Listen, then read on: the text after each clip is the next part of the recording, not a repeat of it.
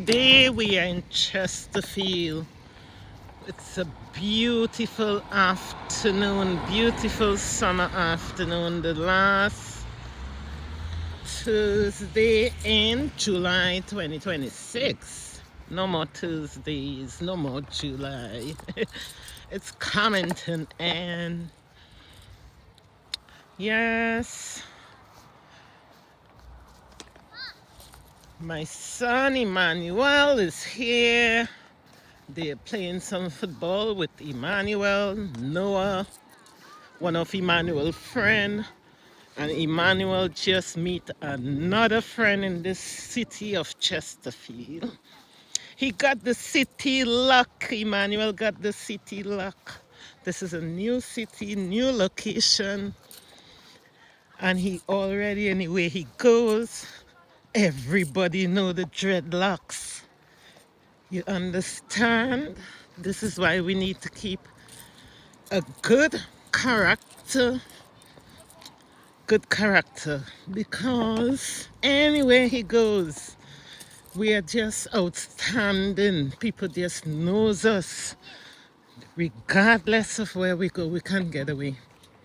So if we was to commit any atrocities, they will know us. They will know how to describe us for the police. People, look how big Emmanuel is getting. My son, my last son, look how big he's getting. He is growing like a stallion. The dreadlocks is growing as well. Outstanding. God with us. God with us, God with us. Yes, I think God will be real super pleased with his daughter. Yes, for raising all of my children to the best of my standards. Some of them don't like me, but that's okay. I don't want them to like me at all, but they will respect me. I don't want them to like me because I ain't come here for them to like me. I came to change the order. That's what I came on the planet for. To change the order. That is what we come for. To stop the nonsense what was going on for generation on top of generation and generation. Yeah? Every generation the same thing was going on.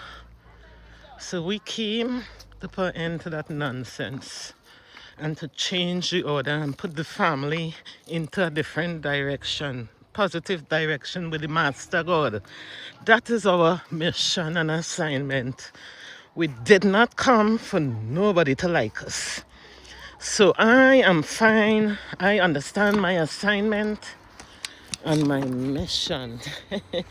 We understand the assignment and the mission.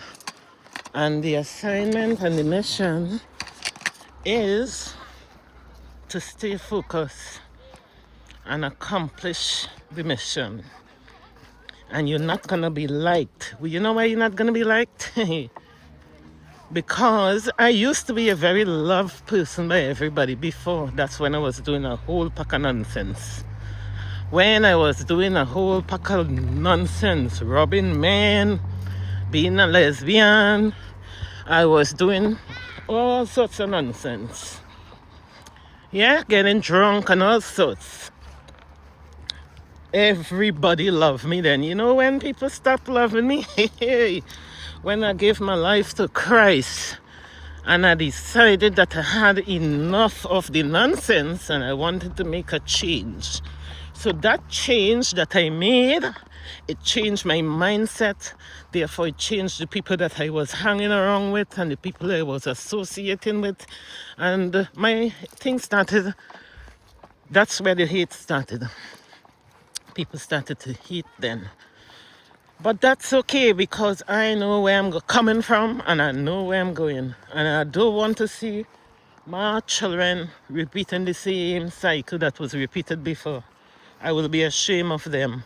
I will have to run all alone by myself and stay far away because I'll be ashamed of them. So therefore, I'd rather be hated and to see them prosperous and achieve their goals and go in a different direction to the direction I came from, me and my siblings. You know, because we got messed up We got messed up all the witchcraft and stuff. It sends you on a different direction. All them witchcraft. You see, when you have a family working witchcraft, it affects the children in the household. It affects you in every way. It affects if you're going to school. You're going to be mentally affected. You're not going to be thinking properly. And therefore, you would see all your peers, they are passing their exams, they go moving on to higher levels, and you might remain right where you are, and you might have to repeat your levels because of the witchcraft. You understand? It affects you in different ways. That's why you see some kids running away from home, taking drugs, and all these different things. Sometimes it's because of them demonic spirits in the house. It does be chasing you out. It does be chasing you out. Because after all, they ain't come to cause any peace. They come to cause destruction and separation. So that's where I found myself. So we don't mind being hated because we understand the assignment, and the assignment comes with being hated. You understand? But the Holy Spirit, God, the supernatural beings who have all the powers, they are going to love you. They're going to love you while humans hate you when you're doing your assignment and doing the right thing and trying to break down these generational curses and stuff. Now, people, you know why I have been stuck on the generational curses? This is why. You see, the generational curses and the blessings of God, the both of them can sit in the same place. So you would have to get rid of the curses in order. You don't even need to pray to God for your blessings. Just get rid of the generational curses. Deal with that.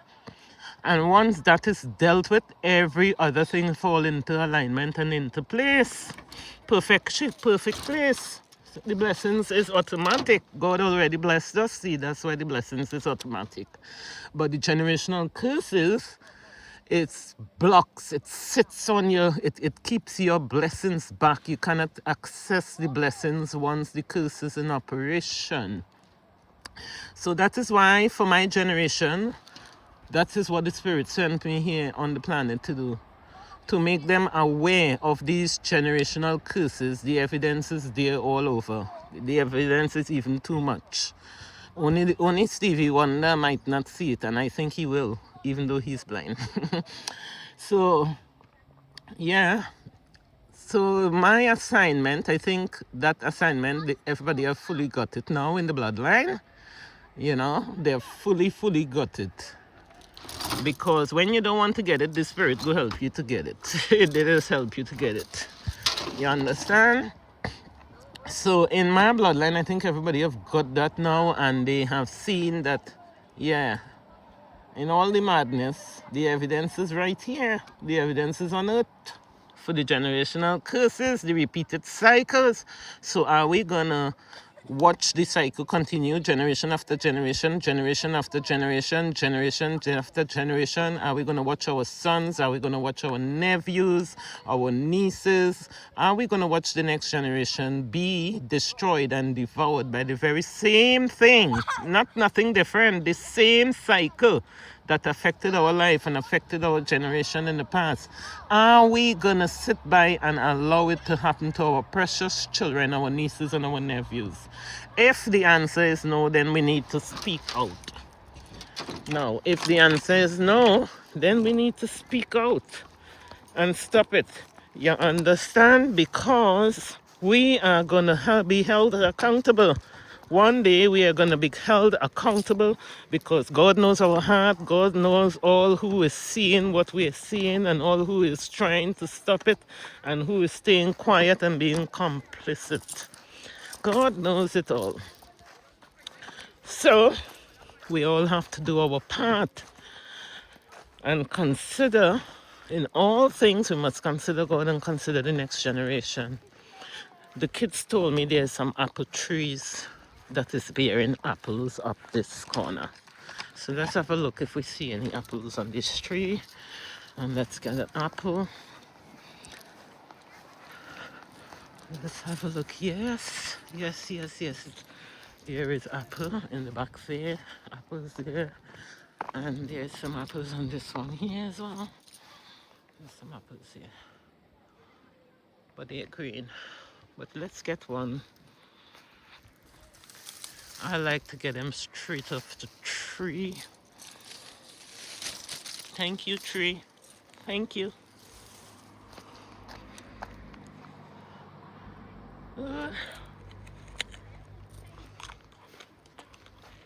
People, you all have a blessed day. Mm. Mm-mm-mm.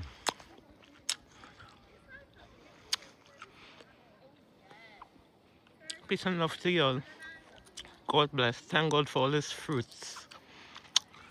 We thank God for everything. Life and health and strength. Wisdom, understanding, knowledge.